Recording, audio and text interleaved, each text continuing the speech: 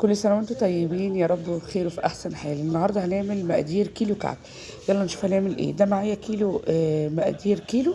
هنا معايا كيلو من الدقيق، اللي هو بتاع بيبقى مكتوب عليه زي ما انتم شايفين كده، بتاع الكعك والبسكوت. بيبقى يعني لازم أهم حاجة معاكي يكون الدقيق مضمون، عشان مش يبوظ لك الكعكية. في دقيق بيشرب السمنة، وفي دقيق بيبقى ايه، بيبقى حلو. الدقيق انا استخدمته طلع حلو جدا. بيبقى معمول عليه ده متخصص للكحك والبسكوت. تمام. هنا معايا كيلو من الدقيق. هنا بقى الخميره، انا المفروض كنت احطها في الميه دافيه، بس انا نسيت فحطيت حبه صغيرين. بس انا رجعت حطيت في الميه ايه، نص ربع معلقه زي اللي انا حطيتها الربع دي. ومعايا ربع برضو معلقه من الكيك شيف، اللي هو المحسن بس ايه، ما تكتريش لان هو مش معجنات يعني، عشان ما ينفش قوي. وهنا معايا ريحه الكعك او محلب زي ما تحبي، حطيت برضو نص معلقه كبيره، نص معلقه من اللي هي بتاعه الاكل ديت. وهنا بقى ايه، رجعت حطيت حبه صغيرين تاني لما حسيت ان هم مش كتير يعني. وهنا ذره من الملح، حبه من الملح. واربع معالق او 3 معالق من السمسم زي ما تحبي، سمسم محمص. انا جايباه محمص من عند العطار، واديته برده تحميصه في الايه، في الطاسه. هنا زي ما قلت لكم الخميره، حطيت بقى الربع التاني، لان انا كنت نسيت في كوبايه الا ربع. المج اللي انتوا شايفينه ده مج الا ربع ميه، مكترش سوائل عشان العجينه ما تبص منك. معلقتين كبار من السكر، اللي هي معلقه الاكل اهيت، على ربع الخميره، عشان انا كنت نسيت في اول فيديو. وسبتهم في جنب يخمروا. وهقلب بقى ايه كل المكونات اللي انا حطيتها كده مع بعض.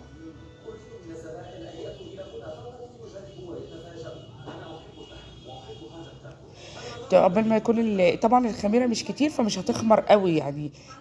هنا بقى معايا السمنه. لكل كيلو دقيق بياخد 550 جرام من السمنه. طيب، انا حطيت 300 جرام سمنه بلدي، و150 والباقي من السمنه اللي هي العاديه. تمام. براحتك، عايزه تخليها سمنه كلها عاديه براحتك، عايزه تخليها سمنه بلدي خالص اللي يريحك. بس انا بعمل ميكس بين الاتنين، وبتديني طعم السمنه البلدي بيبقى باين فيه جدا وبيبقى حلو قوي. السمنه بقى حسب ما انت عايزه تخليها تبقى بتغلي. السمنه دي كانت سخنه، مش كانت سخنه بتغلي، لا كانت سخنه، ولا سخنه قوي ولا دافيه. تمام. هنا بقى جيت اقلبها لان لقيتها سخنه شويه. وهنا اهم خطوه بقى في الكعك يا بنات، ان انت تبسيه كويس جدا زي ما انت شايفه كده، لغايه ما يبقى عامل معاكي زي حبوبات الرمل كده اهو. اهم حاجه ان انت تبسيه. يبقى اهم حاجه الخطوه دي، ان انت تبسي العجينه كويس جدا. دي اهم حاجه، تخلطي الدقيق مع السمن كويس جدا زي ما انت شايفه كده، تبسي كده بنفس الطريقه. دي اهم خطوه اهي.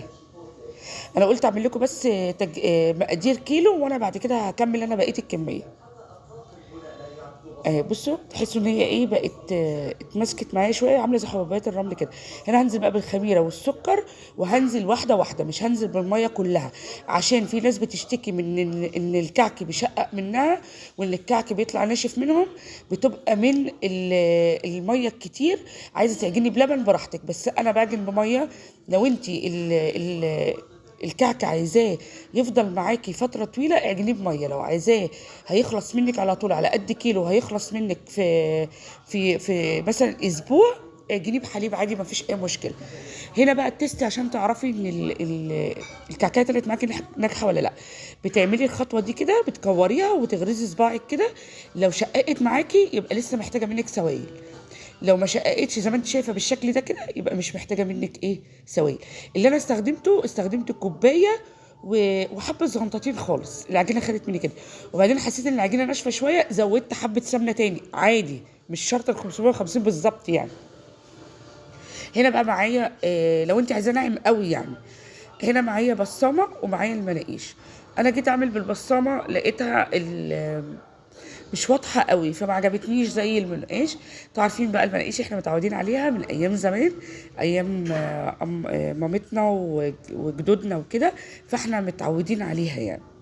هنا بقى بصوا اهي، بتعملي كوره على قد ما انت بتحبي الكعكيه بتاعتك قد ايه، براحتك خالص. هنا بقى عملت اهوت بالبصامه زي ما انتم شايفين.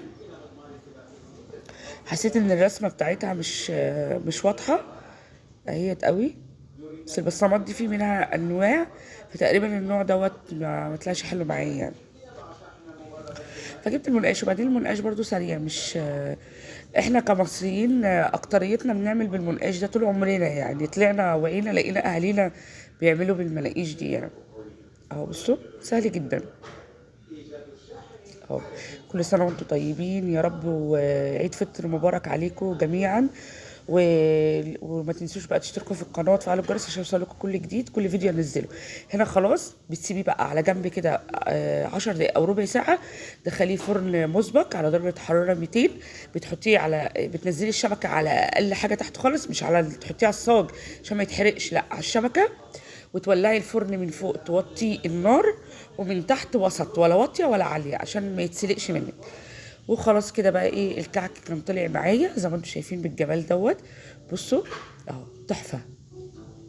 في حبه مني حمصتهم قوي، وفي حبه اديتهم لون عشان حماتي بتحب الكعك بيبقى متحمص قوي يعني، بتحمر قوي.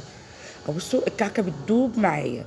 بصوا انا ما في حاجه صح نسيت اقول عليها، ما بحبوش محشي يعني، مش بحب احشي اي حاجه، عايزه تحشيه براحتك بقى، احنا بنحبه ساده. بصوا كعكيه بتضغطي عليها بالراحه خالص بتدوب معاكي اهي. اهي بصوا كعكيه بتدوب. بصوا قمر قمر. اعملوا بنفس الطريقه وان شاء الله هيعجبكم، واشوفكم في فيديو جديد. باي باي.